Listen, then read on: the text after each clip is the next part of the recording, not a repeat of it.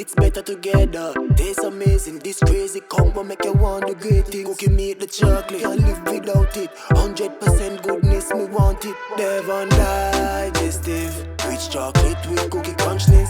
Cookie beats chocolate in Devon Chocolate Digestive. Better because it's both. Hi everyone, welcome to the third and final episode of For the Mommies, brought to you by Positive Parenting with VM Foundation. I'm your co-host Jamila Pinto, first-time mom and entertainment manager. And I am Devaney Bernard Small, the founder of Her Reality Project. Our guests in this episode are Dr. Carla Dunbar, Psychologist and Clinical Sexologist, and Dr. Kevin Henry, Obstetrician and Gynaecologist. Today's topic of discussion, sex, prenatal and postpartum.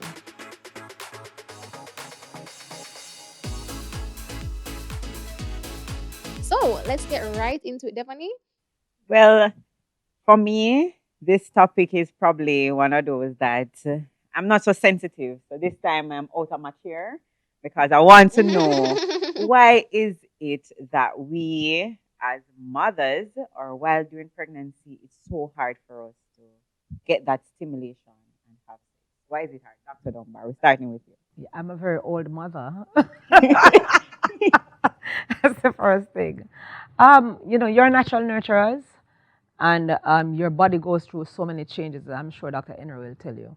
You know, it goes through a lot of changes. You're not feeling yourself. You don't think you look yourself, right? You have not learned how to appreciate your growth and development during pregnancy, right? So all of those things seem negative to you, and so not being very comfortable with the self-awareness that you have going on at the time during pregnancy. It's also one of the reasons why you're not feeling very sexual, because if I don't look good, I don't feel good. Yeah. And if I don't feel good, I don't want to give myself to anybody, my husband, or my partner, whatever. Because if I don't feel good to me, and I don't look good to me, then I don't look good to him. That's your assumption, which is not necessarily correct. But Dr. Kevin Henry will let us know, the medical part of it. So it's not only medical; it's a combination. So there are a lot of psychological components that go on as well. So sometimes people will think that it's something that is wrong with you and blame it and say, well, oh, there must be a medical thing, or just throw it out that, oh, she's just pregnant and she's hormonal, right? But it is true that there are hormonal changes that occur during a pregnancy, and the wave of hormones in terms of how those fluctuate up and down can affect your libido or can affect your sex drive. So in the first trimester, that's when your pregnancy hormones are pretty much going at their peak.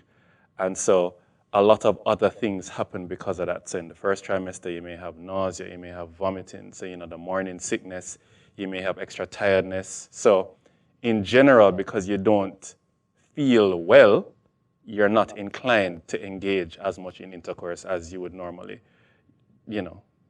do before pregnancy.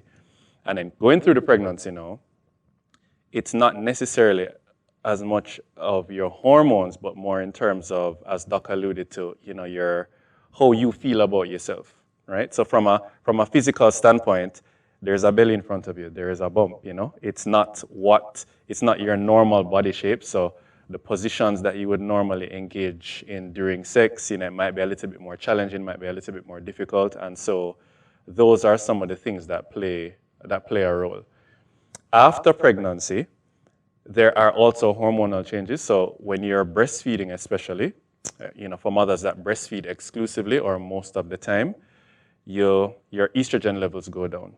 And when your estrogen levels go down, all of that normal vaginal moisture, secretions, wetness, all of that disappears. So there's a lot more dryness in the vagina. So, sex in and of itself becomes more uncomfortable because there's a lot more friction. So from a medical perspective, those are some of the things that happen, during pregnancy itself. How was it for you, Jamila?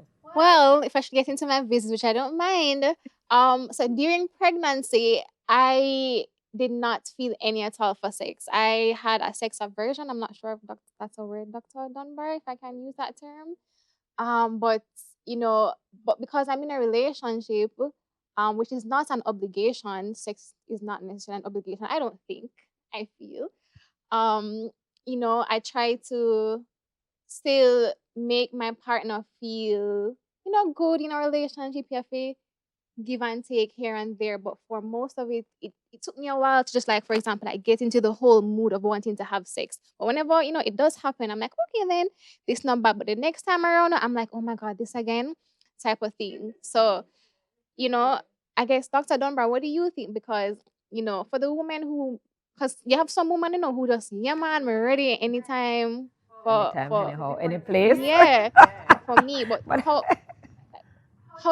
from I guess that romance side, like, what's the best way to sometimes approach that, especially as a man? How do you approach your lady or your wife or your girlfriend if you well, want to engage? females have sex with their minds. So they first need to get there. Men are more visual. Men are aroused by what they see and touch mostly. But female, it has to do what's happening up here in your mental space, in your emotional space. So foreplay doesn't begin when I touch you 10:30 to get sex at 10:35. Foreplay begins for a female in the morning when you're leaving for work. That kiss, that pat, that text message or the phone call sometime during the day to connect, because we're very connective, And so it is those things. It is ensuring that things centered around the home and, your area, environment of nurturing is kind of okay. So when those things are okay, then you are more relatable where sex is concerned. But if things are haywire, if you're not sure what's happening in the home in general, with the child, with other things that has to do with your nurturing space, then you're not really very, very interested in sex. And as Doc said earlier, your libido really takes a nosedive, with all of the different hormonal imbalances that's taking place in the relationship. So a man, my husband would say, a woman is like a car. You have to ensure that ensure that the engine is functional first, which is the brain. Yeah, and not going dry, or you get a smooth sailing or a turbulent ride, and the choice is yours. Okay, so let me tell you, for me, my experience during pregnancy was very hard on my partner and myself because I had a high risk pregnancy. So I had in a cerclage. So the mommies out there who would have been experiencing problems, holding that baby in for the full term would have been, familiar with the cerclage. So doctor will explain what that is and how it affects sex as we go forward. But from my experience, it was way different from Jamila because I could not have it. Even if my mind told me that I was ready and my body wanted it, I could not do it. But I was told many times there are other ways to stimulate my husband and get him, going and feeling sexual during the period. But then he was so sorry for me. And then he was like, babe, it's okay. Let it stay. Let it stay. And I think it does something, but I can't put my finger on it and tell you what exactly did that do to us during that period.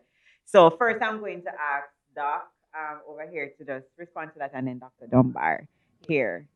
So in terms of sex during pregnancy, for all intents and purposes, sex during pregnancy is totally fine. It's healthy, it's normal, it's okay. There's no problem with having sex during pregnancy. And unless it is that your doctor tells you that there is a medical condition that would have to prevent you or limit you from having intercourse, then there's no problem having sex. Right, so for example, the most common things would be like yours, where if the cervix or the neck of the womb is too weak, we call that cervical insufficiency. And so the cervix is not strong enough to keep the pregnancy for the full 9 months. So what we do is we have to put in a stitch to try and hold the neck of the womb closed.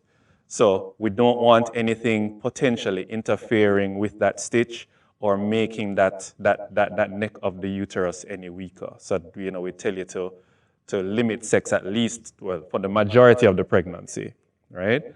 Another common thing in pregnancy that we would advise no intercourse is if you're having bleeding, if the placenta or the afterbirth is very low in the womb. because sex in and of itself can trigger that to cause more bleeding, and then that's complications. So those are the two most common things.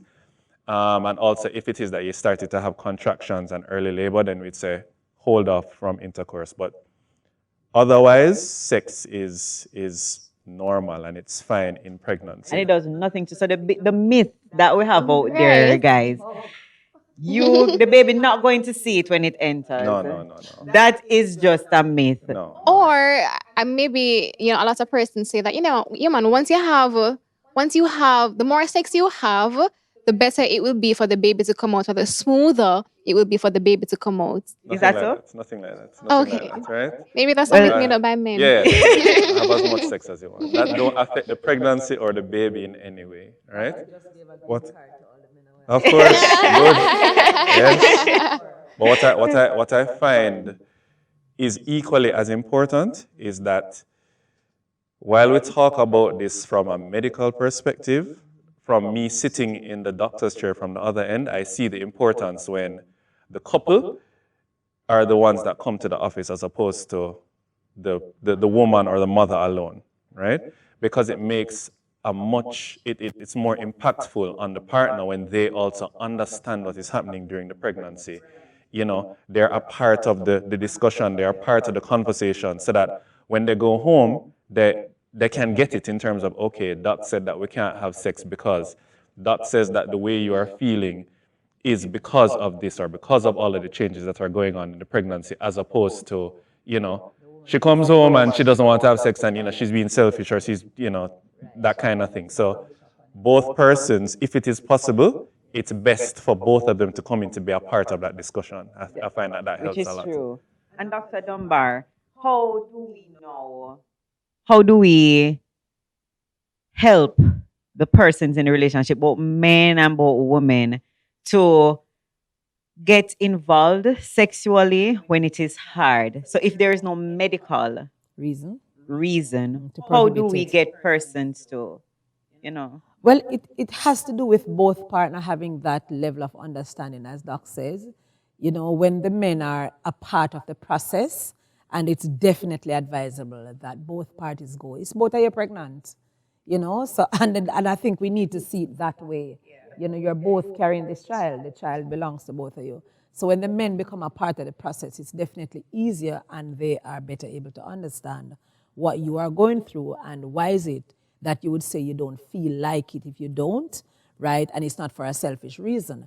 But as Doc says, there's nothing to prohibit it unless there's something that is medically wrong. So if that is the case, then it has to do with how you communicate with each other, how you become intimate with each other. Sex is not intimacy and intimacy is not sex. One thing leads to the other, right? But it's how you both share together your life, your feelings, your desires, how you communicate your fears, your anxieties, and then how you feel about, having sexual intercourse together, and what is it that you're able to do depending on how advanced your pregnancy is or whatever is happening in the pregnancy. So it should be a discussion. I find that people have sex, but they never talk about it. Yeah. Like how was that? How did it feel? Yes. Did you like all of that? Yes, but you should talk about sex. It's important to talk about sex. As a matter of fact, in the fourth stage of sex, because sex has 4 stages according to the Masters and Johnson's model, right? It has 4 stages. There's arousal, the plateau, the climax, and then the aftermath or the refractory period. In that refractory period, you should talk. You should share with each other how was the experience, how was the event, because it can be an event, right? So it's how you talk about it. It's how you are open and honest with each other in that conversation, and then doing what is it that you both desire to do. And it's what you do leading up to the penetrative sex. Because there's a lot more that should go on before penetrative sex. Penetrative sex is really mostly for the men. Honestly, Doc, it's true. Right? Sex is no longer penis dependent. But anyway, so it's mostly, so it's what leads up to it. It's the foreplay. It's me getting inside your heart. It's me understanding what's going on with you. It's me listening to you for content, for intent and not just content, listening with my heart, knowing what's going on with you, so that I'll be better able to please you when we get into intercourse. And Dr. Dunbar, just to kind of ask you that question to add to that, what are some of the ways in which partners can keep each other interested if they aren't, engaging in sexual activity? I know you mentioned a big part of it is communication, but what other activities can they engage in, to spruce up the love life a little bit? Yeah, especially Oh postpartum. my God. Yes. A lot of that is talking and sharing your fears and anxieties. I heard when I was listening to you earlier on, we were talking about being pregnant during COVID times. And in that time, I found out that my husband was really scared.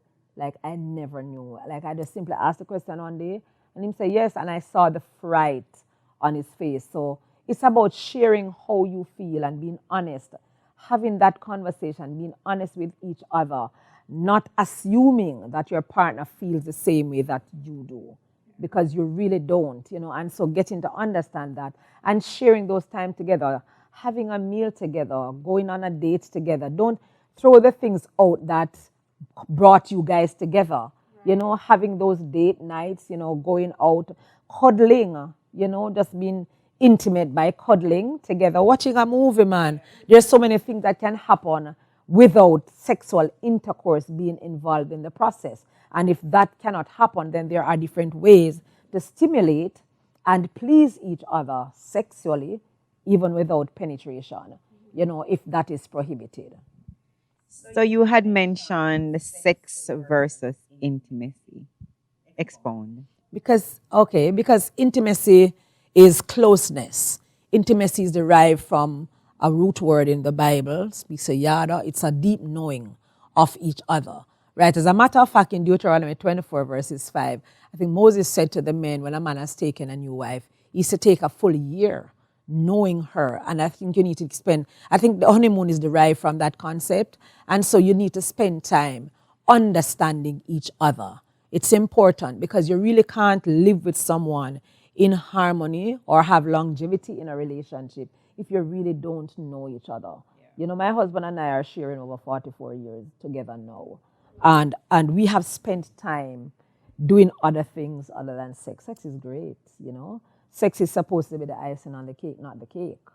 You know what I mean? So, it's spending time with each other, getting close with each other, understanding the needs and the desires and the wants and the likes and the dislikes, and just sharing the goals and the aspirations, and just building a life and a partnership together, because a relationship is like a merger, two entities getting together and becoming closer with each other. And that's what intimacy is. It's really a closeness and a deeper knowing. But generally, we are advised that after the 6-week period, we can, engage in sexual activity. What happens, or what are the risks involved if you engage before?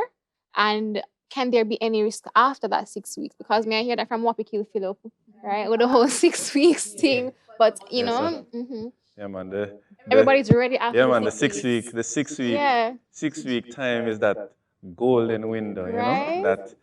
That is the time when you're going to say all of the partners that weren't there. That is the one that they show up at, because that is the one where they want to say, "So, doc, we're good now. We can ready now." But so immediately after you deliver, your body is still going through a lot of changes, right? Literally, a whole human just came. You just had a baby, right? And that can either be natural delivery, or if you had a C-section, you've just done surgery, so you've had a scar and that type of thing. So a lot of recovery, repair, healing of your body is going on, and that critical period is during that first 6 weeks.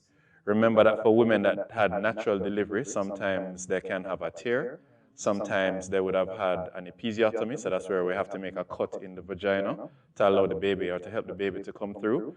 And so there's a lot of healing that is taking place down in the vagina. And it takes some time for all of that tissue, all of that muscle to go back to its normal, natural state. So for that reason, that is the primary reason that we say, just avoid intercourse until your body has healed enough to a point where when we review you at 6 weeks, it doesn't have to be 6 weeks, but usually that is the time where we review, where most, if not all, of your anatomy would have gone back to normal or close to normal. But that is also the opportunity for us to discuss with the mother, how are you feeling, right? Both from a medical perspective and a psychological perspective. If I review you at 6 weeks, or if I review you at 4 weeks, 6 weeks, and you're saying, boy, doc, I'm perfectly fine, I'm good, I'm up and down, I'm ready to get back to my normal activities. And a lot of times women will ask, can I start to have sex again? Because I want to. Sure, no problem. If it is that you're saying that you're not yet ready, or you're not feeling it, or you're still, you're still having pain in the tummy, or you still feel like down there is sore, no problem. We can wait. You can wait more time. The important thing is that it is not dependent on any medical reason in terms of to resume. It is primarily when mommy is comfortable and when she is ready. Right. So speaking from my experience now, just to chime in so you can get a perspective, just as you just said. So I got one of those slits, right? Right. And after 2 months, I still felt so uncomfortable down there. It was so hard for me to be touched. And after 10 months, I still can't feel like that It's just numbness. different. Like it just feels so different, and Yeah. it's so scary. Like you'd feel like you don't want to get there because suppose it tears, suppose it rips. So that Yeah. anxiety, is there something such as sexual anxiety after birth? That's a question too. Definitely. And there is a general apprehension sometimes. So especially if it is that, just like you mentioned, if there was a tear or you got a cut and it's repaired, Sometimes even when we go and we examine and we say, yeah, man, this is perfectly fine, it has healed up completely, in your mind, Psyche it has might not be like, healed. and especially if you weren't having sex for a long time, it's like, boy, if I go try anything now, this thing is just going to rip right Burst. open. So, Yeah. Dr. Dunbar, so what would you tell a person like me? So now? I would say not just to you, but to also to your partner, to not to try penile entry as the first thing, to re-engage. You understand? Yeah, try other ways. Try touching, and touching very gently, please. You understand? Because remember, it's going on up here. And when it goes on up here in the mental psyche for you, then that affects the rest of your body, the rigidity, the vaginal muscles, restricting and all of that. So I would say you try other means. You get close first, like the cuddling, and try touching and kissing and stuff like that before you do penile entry, so that you are gradually, getting back there, right? And both parties should feel that way. Your partner, if he cares about you, should understand. Very understanding. When you have what you have a Trust me. And that is what I was going to allude to. Sometimes you have partners who don't make you feel guilty. And because of that, I think sometimes it too pushes back the process to a longer time period for you to get back there, because you know that they're not forcing you. You know that they're being understanding. But when do you stop? Yeah. When do you stop? As a female, As a when female. do you understand that your partner has needs? Right. And these are very important emotional needs. And a need is something you really cannot do without. Right. Because men really do need sex to function. Yeah. You know what I mean? And that's what So- we want to share with the audience. Right. So this conversation is for you to know that there's a time that comes that you have to be conscious of your partner. Like I said earlier, a female may have the capacity and not necessarily the necessity for sexual intercourse, penetrative sex. But she still wants closeness. She still wants hugs. She still wants to be cared for. She still wants to be treated and paid attention to, right? But while you're getting all of that, remember your spouse, your significant other, the male partner, all of that is a means to an end for them most of the time. Not all the time though, but most of the time. So do you find that couples end up in your office for a mismanagement of the postpartum period, and when would be a good time for them to come in after they've probably experienced a few issues where it comes to sex and intimacy? When is a good time to come to Dr. Dunbar? As soon as you recognize it, because most persons come and they want me to work miracles. What are the symptoms? Like, What are the signs? That you're going through that. The depression, and depression wears many faces. The irritability, the isolation, the fatigue. All of these things are signs that, you're going through something, not wanting to touch your baby, not wanting to be around anybody. So all of the regular postpartum symptoms are there and they are present. And so at that very onset, I think you should reach out. I generally tell couples anyway, not to wait until something escalates before you come for therapy. Even when I do premarital counseling, I tell them, every 2 months, do a temperature check on your marriage, because you may miss something, but a third party like myself with an objective perspective and, a keen eye can be able to say and, can hear what is going on in the relationship. So I think couples should just check in when once they find out something is going on and they're unable to talk about it themselves and to be real with each other, because a lot of lies going on in relationship, Are you fine? Yes, I'm fine. We really need a truth and reconciliation for that. But yes, as soon as you realize something is wrong, I think you should seek for the help to get you back on track, back to being relatable, back to being open and honest with each other and communicative with each other, and for us to teach you how to listen to each other with your heart and not necessarily your ear. Your ear hears content, your heart hears intent most of the times. I think along that vein though, right, it's important for couples to recognize, and this is for men and women individually, we can't stress enough, it is okay to seek help. That's very important, And I think especially when it comes to sex, because in a sense there's still a little bit of a taboo surrounding it. We're not as comfortable talking about certain aspects of sex, and so we are, from a male perspective, it has a lot to do with ego sometimes, and there's a lot of pressure that is put on one or both partners, but everybody kind of just pushes it under the rug, and you either avoid talking about it and therefore you avoid sex, or you say, well, I want it and I don't care if you don't want it, I want it, and now it becomes almost forced, and then it's uncomfortable. So if you're seeing that there's something happening that we are not in sync anymore, seek help. There are many women that come in afterwards that say, for various reasons, right?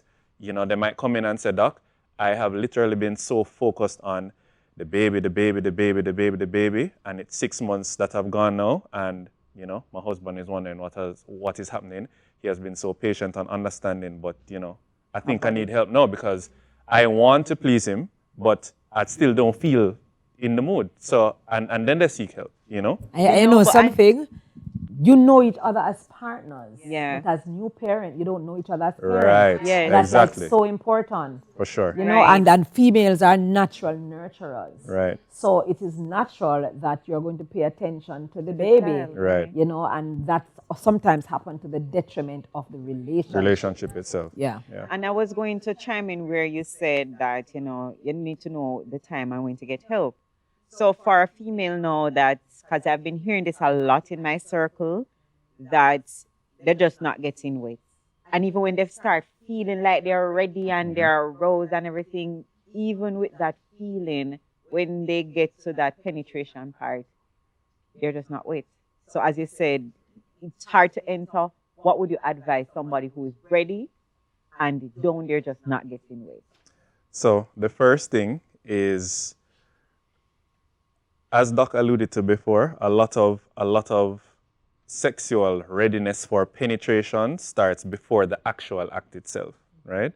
And sometimes it may not be the same as before pregnancy, where it just, I know I can say something or do something and within less than 5 minutes you're ready, right? A lot of things have happened during the pregnancy. So you may have to find other ways to first be intimate, and then the lead up may take a longer time in order for you to now become ready for penetrative intercourse. But separate and apart from that, I usually recommend to couples, use your lubrication, right? So KY jelly, anything that is a water-based lubricant, those things are safe, right? And it provides enough lubrication. Sometimes I say, even if in your mind you feel like you're wet enough, still use the lubrication, right? Because it will make it more comfortable, and there's less friction, there's less tension, and it's better for you. So those are some of the things. You can try different things in foreplay, extend the foreplay period, introduce toys. There are a lot of different ways that you can use, Right. And men need to understand too, Doc, that women take most times a longer time to be aroused. You know, you're up and ready in a flash. I mean, nothing needs to happen. You go to sleep and it seems like you were arousing yourself during your sleep and something. So you just need to know that it takes a woman a little longer to warm up.